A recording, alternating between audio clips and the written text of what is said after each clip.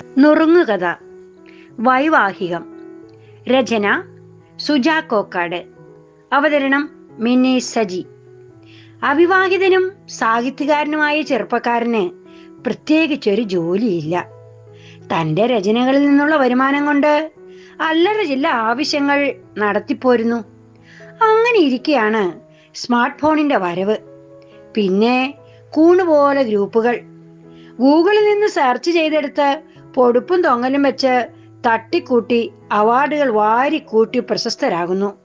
എന്നാൽ ഇവരോടൊക്കെ ഒരു കഥയോ കവിതയോ എഴുതാൻ പറഞ്ഞാലോ അങ്ങനെ വേഗം എഴുതാനൊന്നും പറ്റില്ലെന്നും പറഞ്ഞ് തടി തപ്പും.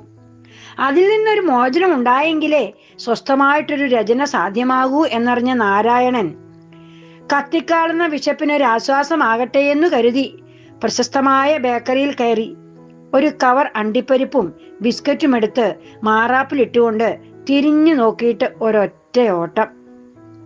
ബേക്കറിയിലെ ഉശിരൻ പയ്യന്മാർ നമ്മുടെ കവിയെ കയ്യോടെ പിടികൂടി ജയിലിൽ അടച്ചു.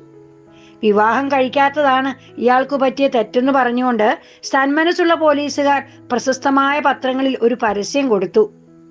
ഓപ്പൺ ജയിലിൽ കഴിയുന്ന എല്ലാ മാസവും പരോൾ ലഭിക്കുന്ന സുമുഖനായ എഴുത്തുകാരൻ, 50 വയസ്സ്, സ്വന്തം കാലിൽ നിൽക്കാൻ പ്രാപ്തിയുള്ളവരിൽ നിന്ന് പങ്കാളിയെ ക്ഷണിച്ചുകൊള്ളുന്നു.